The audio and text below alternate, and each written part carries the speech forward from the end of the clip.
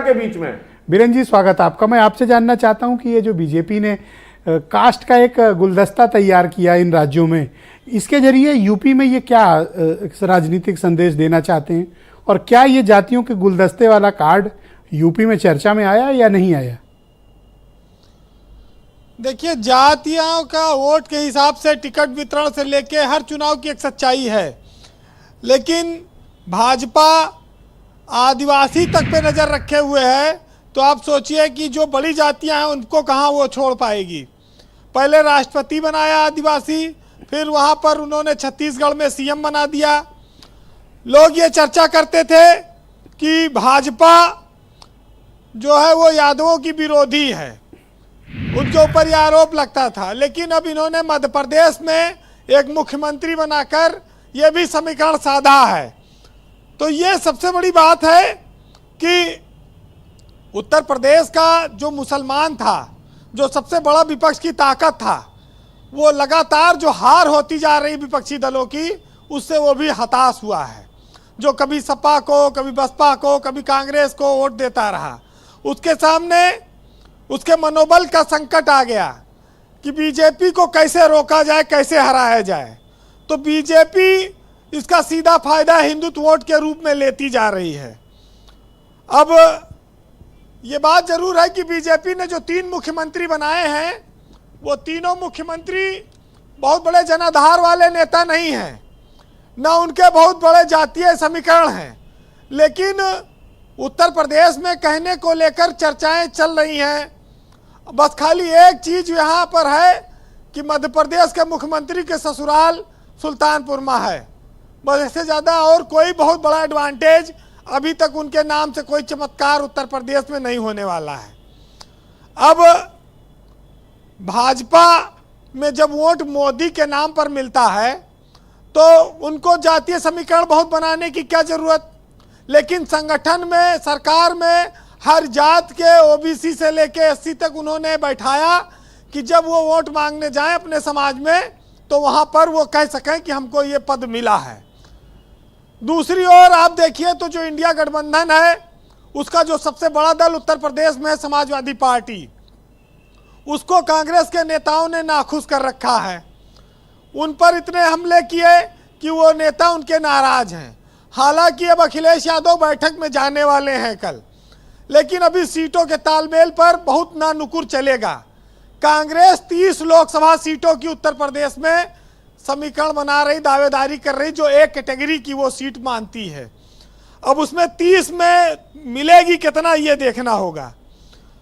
ब्रजेश जी, लोकसभा का चुनाव एक लक्ष्य है, ये जरूर है बीजेपी के सामने, और उसको फायदा जातीय समीकरण के आधार पर भी है और 3 राज्यों की जीत के बाद भी है। तो अब कांग्रेस के नेताओं को यह तय करना होगा कि वो अपना अहंकार खत्म करके मिलजुल कर वो विपक्ष की ताकत को बढ़ाएं। देखिए, एक बात तो बहुत साफ है कि मायावती और अखिलेश ये एकजुट नहीं हो रहे हैं।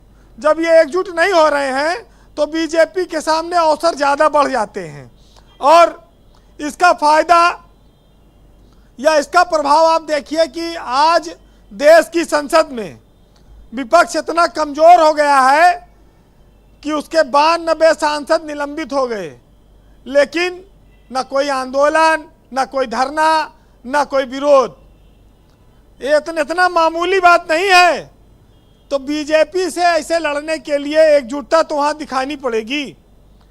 मनीष सिसोदिया जेल में है, संजय सिंह जेल में है।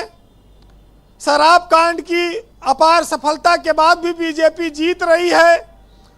अब 21 दिसंबर को केजरीवाल को ईडी ने फिर बुलाया है।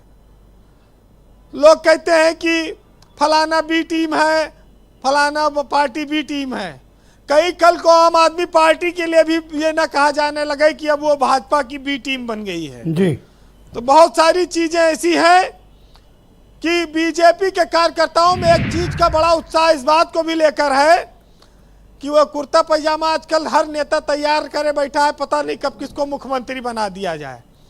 तो चांसेस बहुत हैं लोगों के पास, ब्राइट चांसेस जी। तो हाँ, तो भविष्य बड़ा चमकीला है, इसलिए लोग भी काफी उत्साहित है भाजपा के साथ।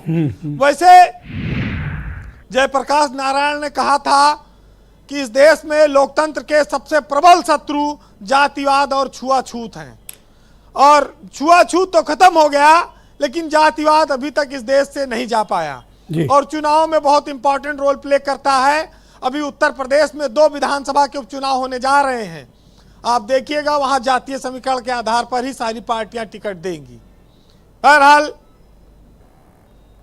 कहते हैं कि जातिवाद का जहर फैलाकर रोटी कमाने वाले नेताओं की जातिवादी सोच मजबूरी है, मगर जनता जब मिलकर इन जातिवादों नेताओं का विरोध करना उसके लिए भी जरूरी है।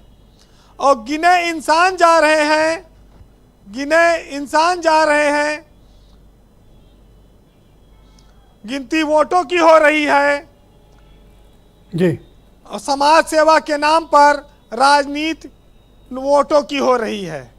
नेताओं के घर में जातिवाद के नाम पर जश्न है और गरीब के घर में बात अभी भी जख्म और चोटों की हो रही है। बहुत शुक्रिया वीरेंद्र जी, आपका बहुत बहुत धन्यवाद ग्राउंड जीरो से अपने इनपुट और फीडबैक हमें उपलब्ध कराने के लिए। बहनों भाइयों, आज